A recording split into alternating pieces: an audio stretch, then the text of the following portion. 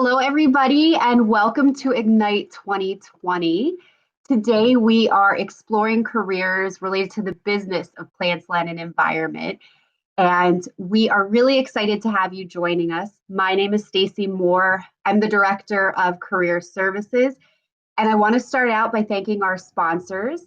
We have Growmark FS, actually Nathan Hykes joining us on the call today, who is representing one of our sponsors, as I said, Growmark, and also the Delaware Valley University Alumni Association.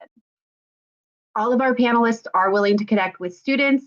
If you want to connect individually, join the roundtables. If you're not able to stay for the roundtables, just email cspd@delval.edu and we'll be able to share their information with you.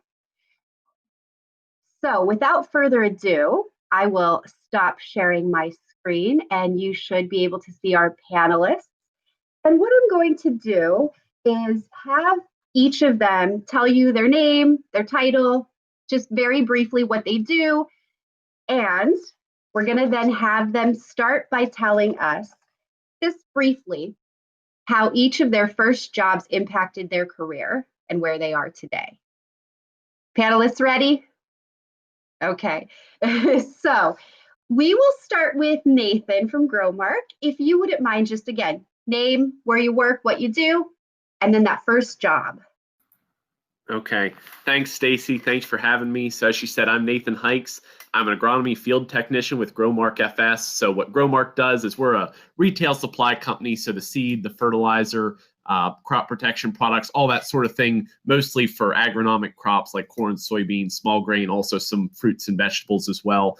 What a lot of my role is field research. So if there's a new product or practice coming out on the market, kind of vetting that to see how it stacks up against our current stuff, and then putting that information out to salespeople and to our customers. And then I also work with precision agriculture as well, some breaking fields into smaller parts using drones and satellites and things for imagery. So it's a pretty neat position. And I'm about 4.5 years out of Del Val. I graduated in December 2015. And my first job led directly into what I'm doing now, because I'm kind of in the same position, but kind of rising up through it and tailoring it a little bit. And actually, it all connects back to an internship I had between my junior and senior year. I worked on the research farm there with the guy who's my boss now, had an outstanding experience, and it was a great opportunity to prove myself.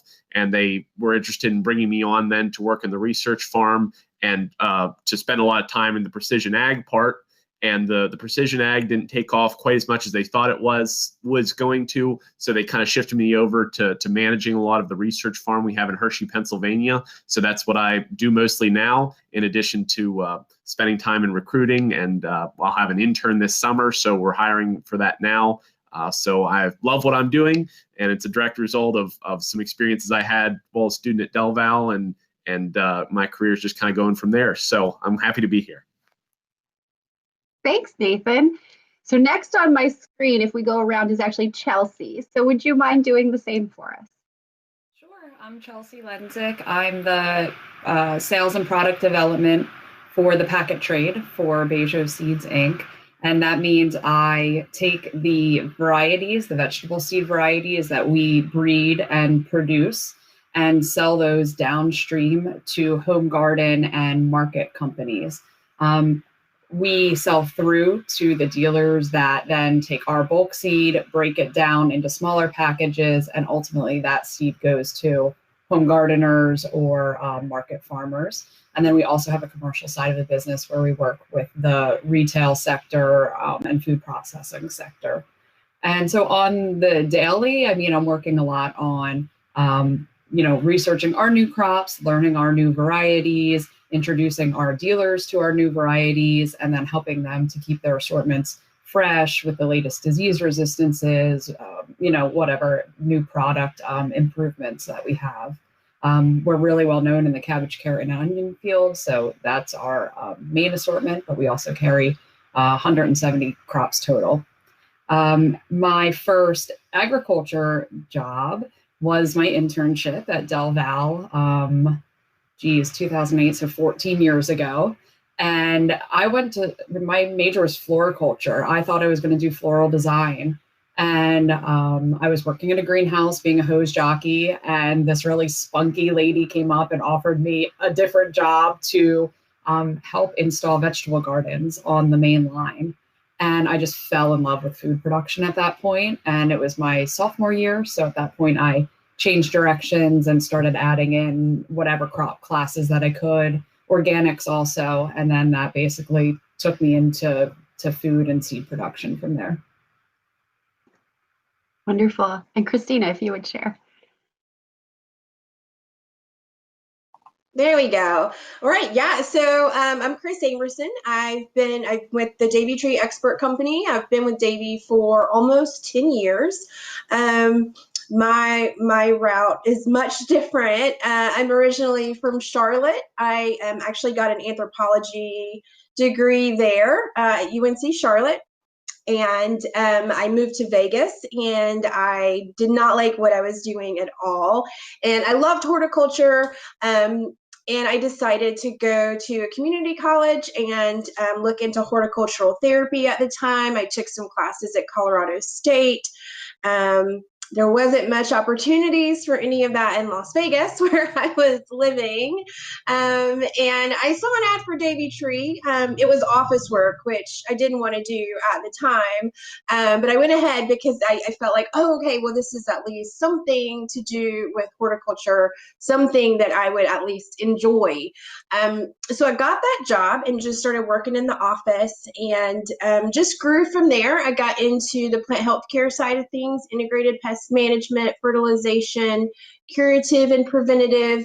I worked on the residential side of things. So these were just private property owners, homeowners, from super fancy places. We worked at Caesar's Palace, doing mite sprays on their cypress trees, to just, regular everyday folks who wanted to take care of their properties and their natural green investments. So that's how I got into the field. And I met my husband, who is from upstate New York. And I always tell everybody I lost a bet. And so we're here now. I live in Buffalo, and I do recruiting and employee development throughout the Northeast and New England. Great. Thank you all. That was really great, thorough. So I think students will have a good understanding of what you all do.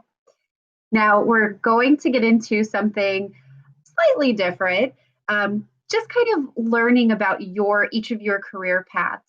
How has your career either differed or stayed the same from, and some of you alluded to this already, maybe you can expand a little bit, but how has it differed or stayed the same from what you imagined it would be when you first started out? And let's have Kristina start this time. Yeah, so I'm not really sure what I envision. Like I said, I'll just start from Davey and getting into everything. I envision doing something with horticultural therapy. But in Vegas, there was just, unless I had, lots of money to start my own thing, there was just nothing there. So, if we go back to that, what I envisioned was being, a horticultural therapist and helping people through that. But then with Davey, Davey's employee owned. So I sort of got into that side of things. I really enjoyed helping training. I wasn't sure if it was just going to be office, but I was given a lot of opportunities to study, to work my way up and through. And since we're a national company, I had a great benefit of being able to transfer. So I definitely, when I started, never thought that I would be doing recruiting and employee development for the Northeast and New England, because it was an area I've never even lived in before. So yeah, it's very different than what I imagined, but I think I just went with it and took the opportunities that were presented to me by Davey, and just went from there. And I'm still doing that. I haven't stopped doing that. So. Chelsey, how about the same question for you? Yeah, I did start to say that, I guess, before that, I thought I was going to do floral design. I just wanted to grow and make pretty flower bouquets. And much like Kristina just said, I kind of just saw an opportunity and just went with it as the years went on. So, when I transferred into food production, I did the small garden installation for a couple years while I finished up my degree. And then I started working for Burpee, which is right in the backyard of Del Val. And for 10 years, I did product development for them at the trial farm. But I guess the biggest wow to me about where my career is now, I mean, it involves everything. I cover all of North America, so it's a lot of travel. It's a lot of really diverse grower, situations that I'm working with.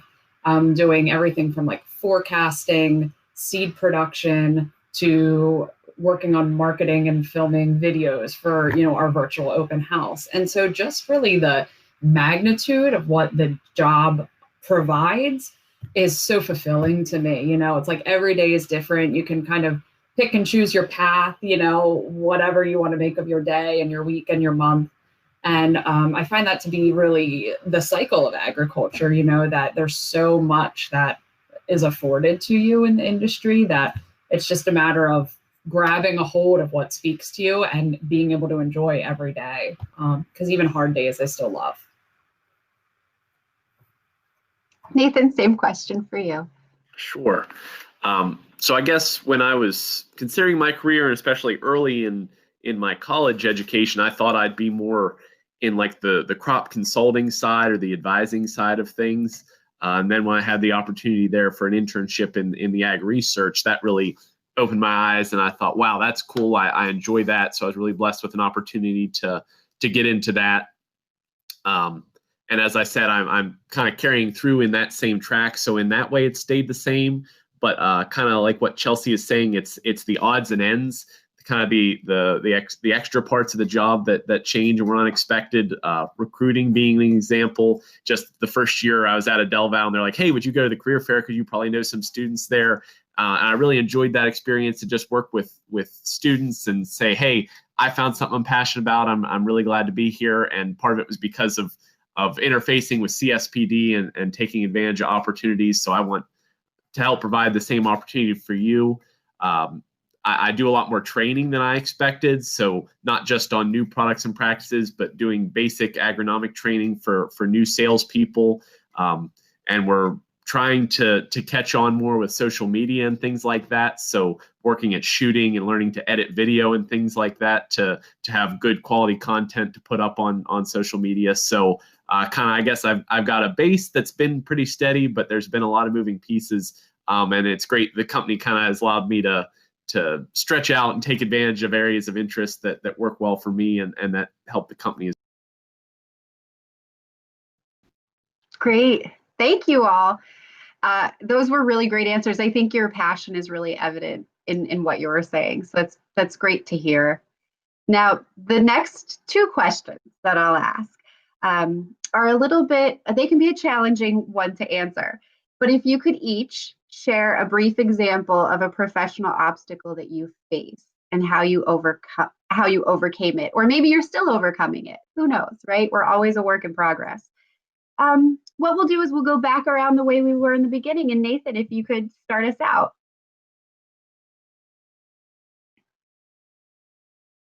Oh, Sure. I think you may want to refresh What? your browser.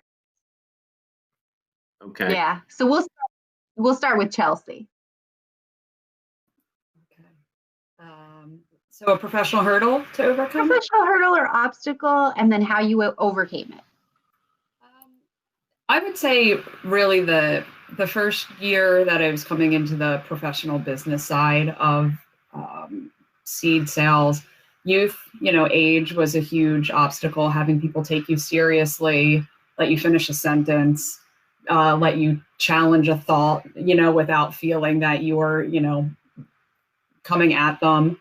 And the way, two ways I overcame that. I mean, one, I did do a lot of listening, a lot of observing. There's a lot that you do need to learn on the fly and that you can take out of every meeting, and just like leaving yourself open to that, not getting emotional or letting your feelings get hurt when maybe someone's like just trying to actually educate you on something, and maybe you don't like their approach to it, but there's always something to get, to take out of that. And then on top of that, just trying to be really good at my job, just learning as much as I could, being factual, not speaking out of turn or feeling like I had to answer someone if I didn't know the answer. They always say you can say, I'll get back to you on that. And people, if you get back to them in a timely manner, really appreciate that rather than like a quick haphazard answer. And so just trying to be really, authentic and open and true, and not trying to feel like I had to be more or do more than I knew at that time in my career, and just kind of being the ever-present student. And still to this day, I mean, I think it's a good way to bring yourself to a peer level, with anyone in the room. Thank you, Chelsey. Nathan, let's try again. Yeah, is that a little better now? Yes, wonderful. Okay, perfect. I guess a big challenge for me at the beginning of the year and kind of ongoing is, especially because I'm often working with new technologies or new products and practices, is getting people to adopt them. I mean, I guess I thought that, hey, we did research and this worked. Everybody should be gung-ho and ready to go. And I've learned that old habits die pretty hard. So it can be challenging that we've maybe got the best technology, or as a company we've invested in something, and I think it should just hit the ground running, and there's a lot of reticence in the field. So that forced me to kind of learn marketing and be a marketer, not necessarily even to the customers, but to our salespeople first. It's also forced me to learn flexing to personality styles. I'm kind of an analytical person, so yeah, I've got the data, that makes sense. Let's go. Kind of having to learn to, well, not everybody wants the numbers. I might have to chat with somebody for a half hour and kind of work things in here or there in amongst asking about their kids and everything like that. So it's forced me to kind of grow as a person and match other people's personalities and learn some persistence, that I'm not just going to roll something out once and everybody's going to jump on board. I'm going to have to keep following up and just kind of keep grinding away at it at times to make sure we're moving forward in the right directions. Great answer. And I don't know if you all can see, you're getting some kudos and some cyber, I don't know, support. Okay. With all of the emojis. Yep, there goes some again. So Kristina, the same question for you. Oh gosh, professional hurdles. Going back to what Chelsey said, just learning how to, kind of speak up for yourself and, continue taking care of yourself, not letting your feelings get hurt, stay professional, treat everybody fairly. It was tough moving from, working with a client base in Las Vegas, working with clients, and then moving over to recruiting and employee development. And my clients, if you will, sort of became the offices where I had been, the district managers and the sales folks. So just, yeah, like Nathan said, matching people's personalities, to get your communication across. I can be really, really bubbly and a lot sometimes. So learning how to kind of, not everybody has a good reaction to that. So just sometimes learning how to communicate, I think, to get your point across.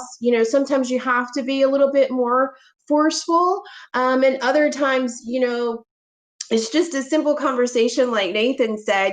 How are you doing in general, not just in a work related, but I care about you, not as a client or as a customer or as a district manager or whatever. I just care about you as another person or coworker or whatever, and just learning how to meet people on that level, so both of you get what your end result. Both of you are getting your expectations matched and getting the work done at the end of the day.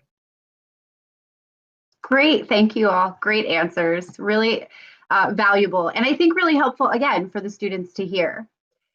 Now, I'm looking at the time. We have about 2 minutes or so until we're going to transition to the roundtable. So this is a really good question, but unfortunately, we'll have to be a little bit brief. So if you all could, and we'll start with Nathan again, share a brief example of a professional mistake you've made or a failure you've experienced and what you learned from it.